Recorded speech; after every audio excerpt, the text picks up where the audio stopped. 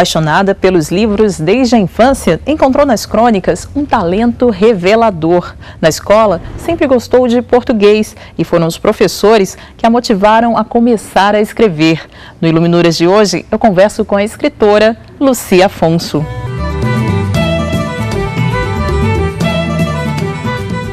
A escritora Lucia Afonso nasceu em Araxá, Minas Gerais. Seu amor pelos livros teve início na infância, vivida na pequena cidade. Aos 11 anos, mudou-se para Brasília. Em 1985, ingressou na Câmara dos Deputados por concurso público no cargo de taquígrafo legislativo.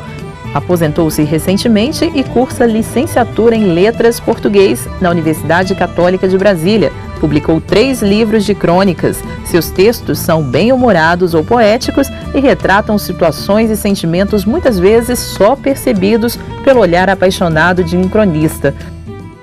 Lucy, a crônica, na verdade, sempre esteve presente na sua vida, mesmo que você nem soubesse disso direito, né? É verdade. Desde pequena eu escrevo textos que, bem recentemente, eu descobri que são crônicas. Como que foi essa descoberta? Eu frequentei umas oficinas de literatura do Espaço Cultural da Câmara e meu professor foi que identificou o meu estilo, o gênero que eu escrevia. E esses textos você escrevia na sua infância? Eu escrevia desde a infância, durante a adolescência, idade adulta, mas não sabia que se chamavam crônicas. E agora você é escritora de 3 livros já, todos de crônicas. Como que foi esse processo? Bom, o grande incentivo foi a oficina literária, porque lá a gente troca experiências, troca os textos, comenta, incentiva bastante. E aí eu publiquei meu primeiro livro, lancei no Sarau, que também é feito pelo pessoal da oficina, e a partir daí me entusiasmei. Certo, vamos então conhecer aqui o primeiro livro. O primeiro foi Velhota Eu, um questionamento, né? Aconteceu com você, na verdade, foi baseado em história real. Como é que foi essa história? Foi um certo dia, um rapaz me fechou no estacionamento, um jovem. Aí eu reclamei, aí ele gritou assim para todo mundo: "Tá reclamando o quê, velhota?" E eu fiquei tão perplexa de ser chamada de velhota. E aí passei a me questionar: velhota eu, né? E então eu falo de experiências de mulheres da minha idade, que passam pelas mesmas coisas ou parecidas. Mas ainda não aceito esse rótulo, não. A pergunta continua. Agora o seu segundo livro, que já mencionamos aqui, é O Guardião da Manhã. Também livro de crônicas, também com um pouquinho de ficção, mas baseado também em histórias reais que aconteceram também com você. Esse livro fala de pessoas assim humildes, que povoaram o meu dia a dia. Por exemplo, um motorista de táxi, um lavador de carros, uma empregada doméstica, um rapaz moreno, discriminado pela cor, aqui no plano piloto. Então são vários personagens. E o terceiro livro, Senhora dos Gatos, que inclusive tem uma capa aí meio interessante, né? Essa capa é diferente, faz parte do conceito do livro, que era dar um ar assim de mistério, de desvendamento. Vamos desvendar aqui um pouquinho para a gente conhecer um pouquinho da capa? Aqui está. É um papel vegetal que pode sair e que recobre a capa. Senhora dos Gatos fala de a velhota numa fase mais madura, não necessariamente mais velha. É uma pessoa assim que adquiriu autoconfiança, delimitou seu território. O livro diz o território da palavra. Então, uma pessoa que se descobriu, e parte dessa descoberta tem a ver com gatos mesmo. Os animais entraram na vida dela e fizeram muita diferença.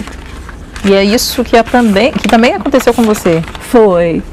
Você também se considera nessa fase mais madura, inclusive? Mais madura, mais assumida, mais confiante, inclusive na escrita. É um livro mais maduro.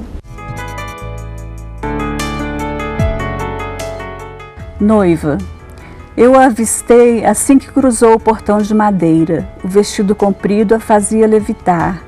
Era alta e esguia como um pé de eucalipto, e os longos cachos morenos estavam a ponto de explodir como a inflorescência vermelha do flamboyant. A casa será ali, disse ela, apontando para o canto oposto ao qual eu me encontrava. Escolheu um pequeno seixo e o enterrou no futuro local da construção. Está lançada a pedra fundamental, ela proclamou sorrindo. Foi impressão ou nessa hora o sol brilhou mais forte? Todo livro começa onde termina o anterior. Então, e é escrito de crônica em crônica. Então já tem algumas que seriam de um próximo livro. Já tem previsão de quando seria publicado? Não. O intervalo são 2, 3 anos, no mínimo. Que foi o que aconteceu com esses, né? O primeiro foi em 2007, depois em 2009, depois em 2003 e agora a republicação aí, a segunda edição do Velhota Eu. Tem um tempo de produção, depois de maturação, né? Tem o período do projeto gráfico, tem a revisão, são várias etapas. Agora, além de escrever, você também tem um blog, né, onde você publica não só materiais seus, como também de outros autores brasilienses, é isso? Qual que é a ideia? Qual que é a motivação para isso? A ideia é divulgar o autor brasiliense, que precisa muito de divulgação. E, no meu caso, eu divulgo a crônica, o gênero crônica. Brasília tem grandes cronistas, mas que não são conhecidos do público. Então, a minha ideia é dar um espaço para essas pessoas, entre as quais eu me incluo, né? Agora, falando, inclusive, de incentivo nas escolas, você acha que falta isso também? Como que você avalia aí o estudo da literatura e o incentivo para que as pessoas também possam se expressar dessa forma? Falta uma abordagem, assim, mais prazerosa da leitura, sabe? A leitura é imposta como obrigação, como coisa chata. E isso causa uma reação negativa das pessoas. Então, eu precisaria mais estímulo nesse sentido, principalmente no sentido de torná-la agradável, de tornar a leitura agradável. Qual que é o seu ritual? Bom, meu ritual é muito simples. Depois que eu me aposentei, eu acordo cedo, me dirijo ao quarto ao lado, que é o meu escritório, e uso o computador sempre, eu não escrevo à mão. Me faz companhia minha gatinha branca, que também gosta do computador, sempre um cafezinho, eu trabalho a manhã toda e uma parte da tarde. E é mais fácil agora escrever, se concentrar aí no trabalho como escritora, depois de ter aposentado, está fazendo um curso de letras? É bem mais fácil porque minha energia fica toda dirigida para isso, fica centrada, né, focada. Então eu produzo bem mais. Você, 3 livros, um reeditado e um também concorrendo aí a prêmios, né? Como que é ver seu trabalho reconhecido? Olha, é uma gratificação muito grande, uma alegria enorme. Principalmente porque esse reconhecimento envolve outros profissionais que trabalharam comigo. No caso da Senhora dos Gatos, o design gráfico foi da Patrícia Mexique, que ganhou o prêmio, e a ilustração foi de Márcia Bandeira e Lelo, que estão concorrendo ao Jabuti, de melhor ilustração. É uma alegria muito grande. E agora, projetos para futuro, assim, além desse livro que vai chegar algum dia aí, já está a caminho, quais são os outros projetos? Meu outro projeto mais imediato vai ser meu trabalho de conclusão de curso na faculdade, que eu pretendo abordar a literatura brasiliense, principalmente essa parte de produtores independentes, escritores independentes. Falar da luta deles, do esforço, do trabalho. Eu já estou pesquisando nesse sentido. É esse o seu TCC também? É. Agora, além da sua participação em oficinas, em saraus, você também fez parte aí do júri de um concurso, né, de literatura. Como foi essa experiência? Foi muito enriquecedora. Foram desafios de literatura, escritores de Brasília participando, e eu fazia parte do júri, julgando os textos, dando notas, acompanhando a evolução dos participantes. Foi muito bacana. E esse contato com os escritores brasilienses, foi a partir daí que você notou que há muita coisa boa sendo produzida, mas não necessariamente chegam às prateleiras? Esses desafios revelaram assim, uma geração nova de escritores de muito talento, mas que justamente não chegam ao mercado por falta desse caminho.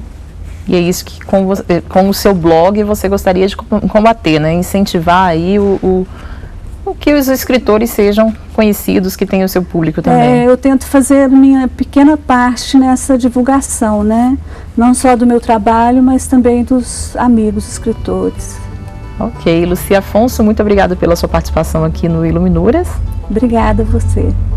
E o Iluminuras não terminou. No próximo bloco eu vou conversar com a advogada Thaís Bizarria. Até mais! Ela é vencedora de diversos concursos culturais e de poesia. Também participa da comissão do Jovem Advogado na OAB de São Paulo. Também é escritora do livro Rimando e Aprendendo Direito. Eu converso agora com a advogada Thaís Bizarria. Você adora rimar, né? Inclusive ensina direito com um livro aí de poesias. Como que é esse livro? A princípio, eu resolvi unir duas paixões, o direito e a literatura. Aí nasceu a obra Rimando e Aprendendo Direito.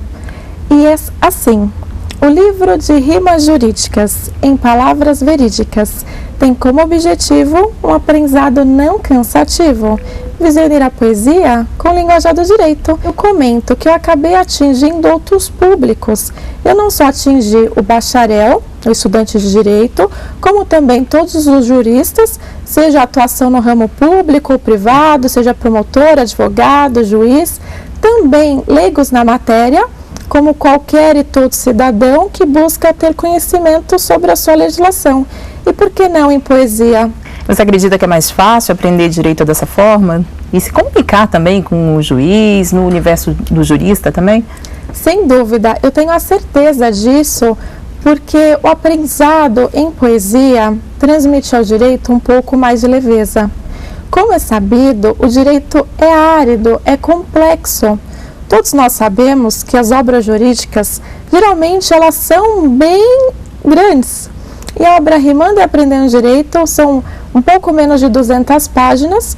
O cidadão, o estudante, o advogado, ele aprende não só com a poesia, mas também tem o apoio de algumas ilustrações, que inclusive são de pessoas reais. Eu convidei promotores, juízes, pessoas comuns das sociedades que não atuam no direito, para ilustrar a obra. Então você aprende em poesia e fixa o conteúdo com a ilustração, o que obviamente facilita o aprendizado e a memorização. Agora não deve ser uma tarefa fácil, né? Simplificar o direito. Olha, eu digo que foi fácil. Como dito inicialmente, eu uni duas paixões, o direito e a literatura. Eu sempre gostei de poesia, desde criança. Desde a infância eu sou apreciadora de arte, de poesia. Aí desde a 4ª série eu escrevo poesias. E no decorrer da minha formação, seja no colegial, participei de concursos com letras de música, na época do colegial, que foi vitoriosa a letra. Consequentemente, na faculdade, todo seminário na faculdade, desde o 1º ano até o 5º ano da graduação em Direito, todo seminário que eu apresentava, eu finalizava daquele jeito, rimando e aprendendo direito. Vamos aqui mostrar o livro também, né? Rimando e Aprendendo Direito, que já está na 3ª edição. Isso, já está na 3ª edição, inclusive tenho a honra de ter como prefaciadores o diretor de Cultura e Evento da Ordem dos Advogados do Brasil, São Paulo, o Dr. Humberto Durso, também prefaciador, o Dr. Fábio Henrique Podestá, um grande juiz e professor nos bancos acadêmicos, e agora na 3ª edição temos o Emerson Malheiro, que é um professor de Direito Internacional simplesmente fenomenal. E você aprende em poesia e fica mais fácil de você memorizar as matérias estudadas. Agora, além de escrever o livro, que já está na 3ª edição, você também usa a poesia, usa a literatura nas suas petições, inclusive num episódio interessante aí, que foi o divórcio dos seus pais, né? Exatamente, é fato notório, né? Realmente aconteceu.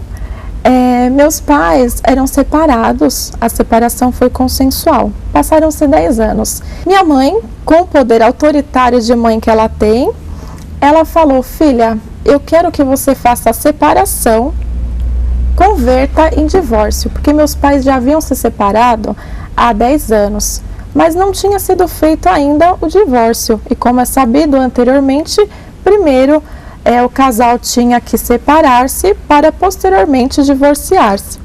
Ela falou: eu quero que você faça essa conversão em divórcio, mas tem que ser em poesia. E eu assumi o desafio, fiz a petição inicial em poesia, distribuí, atingi os requisitos exigidos no artigo 282 do Código de Processo Civil. O Ministério Público se manifestou favorável, tendo em vista que não tinha nada a obstaculizar o desenvolvimento daquela ação, e a juíza finalmente homologou, e meus pais hoje são divorciados através de um divórcio diferenciado, em poesia. E o que você sugere também ao estudante de direito, ao jurista? Sim, eu adoro ler livros de poesias. Gosto de contos também, mas em especial de poesias. E pelo fato de, além de ser escritora, também sou advogada, militante na área do direito civil, eu gosto muito de ler a Maria Berenice Dias, Nelson Neri, poetas que eu adoro, sou apaixonada por eles. Vale citar o Mário Quintana, Fernando Pessoa. E eu aproveito a oportunidade para falar uma poesia do nosso querido, saudoso poeta gaúcho, Mário Quintana, que ele diz: o segredo é não correr atrás das borboletas. Cuide do seu jardim para que ela venha até você. Isso é muito importante. Vai aí uma dica para quem busca um grande amor. Uma indicação de obra aos acadêmicos e juristas, eu gostaria de indicar 2 obras. Vale citar As Letras das Leis. É muito bacana essa obra porque ela é feita por juristas, como Eros Graus, Miguel Reale Júnior, e eles, na verdade, utilizam de contos para expressar determinadas situações. E foi feito um mix, foram reunidos 12 juristas e nasceu essa obra que eu indico a todo jurista, a todo estudante, porque é a união perfeita do direito e da literatura. Eu indico um livro de autoria do Lon Filler, é o caso Os Exploradores de Caverna. É muito bacana para o acadêmico e também o jurista ler essa obra, que inclusive eu li nos primeiros anos de faculdade, porque trata da relação da interpretação literal da lei e com um caso em concreto. Então vamos aproveitar a oportunidade de conhecer um pouco mais de Lon Filler. Lon Filler nasceu em 1906, no Texas. Formou-se em Direito no ano de 1926 e casou-se com a jovem Florence. Em 1931, Filler levou a família para a Carolina do Norte e começou uma longa carreira como docente. Também foi professor de Teoria Geral do Direito na Universidade de Harvard, nos Estados Unidos. Considerado um dos mais importantes filósofos do direito no século XX, sua fama começou com um breve ensaio intitulado O Caso dos Exploradores de Cavernas, publicado em 1949. É uma situação muito interessante que contam que os exploradores de cavernas, eles ficaram presos. Não tinham, num determinado ponto dessa prisão dentro da caverna, eles não tinham mais como alimentarem-se. E o que eles resolveram fazer? Um teve a ideia de que seria necessário que um deles fosse assassinado ali mesmo, para que os outros pudessem alimentar-se da carne humana. E por um sorteio, aquele que deu a ideia foi justamente o sorteado e, de fato, ele foi assassinado para que os outros pudessem permanecer vivos naquela situação. E aí a Suprema Corte, ela condenou, em vias finais, ela condenou esses 4 homens, esses 4 exploradores de caverna, e eles foram mortos, eles foram enforcados pelo carrasco em função dessa existência, dessa situação que não aconteceu no mundo real. Era uma situação específica, eles estavam ilhados e realmente teve que um deles ser morto para que os outros pudessem sobreviver. Enfim, trata-se de um caso de estado de necessidade, eles tiveram que passar por aquilo para poder viver. Agora, até aproveitando essa deixa, né, no direito você tem que analisar, inclusive, se o caso é de necessidade, né, como, por exemplo, o caso do furto, dependendo se for feito a necessidade. Aliás, em vez de eu falar, eu espero que você fale agora, explique com sua poesia um pouquinho desse tipo de furto. Claro, em poesia fica muito mais agradável, muito mais alegre. E só para relembrar, furtar é subtrair. Famélico advém de fome. Agora falo de furto famélico do meu jeito, rimando e aprendendo direito. Furto famélico, conforme o vernáculo, significa a situação daquele que tem fome, que devido a algum obstáculo da vida, furta um bem, come e some. O agente, ao subtrair patrimônio de terceiro para saciar a sua fome, comete o crime que tem o nome de furto famélico, que é costumeiro. Entretanto, Érica, a solicitude pode ser afastada em virtude do estado de necessidade, desde que seja caracterizada a dificuldade e a desigualdade. O bem a ser subtraído deve recair sobre algo de pequeno valor, para saciar a fome daquele pobre coitado. Assim, furtar bacalhau incriminará o contraventor. Agora, a mera subtração de 1 quilo de feijão para ensejo de alimentação caracteriza o estado de necessidade, sendo afastada a criminalidade. Rimamos e aprendemos direito, do meu jeito. E eu espero que você fique satisfeito e tire algum proveito. Obrigada, Thaís. E o Iluminuras fica por aqui, mas você pode rever os programas no site da TV Justiça. Acesse www.tvjustiça.jus.br. E na semana que vem temos um encontro marcado com o direito e a literatura. Até mais!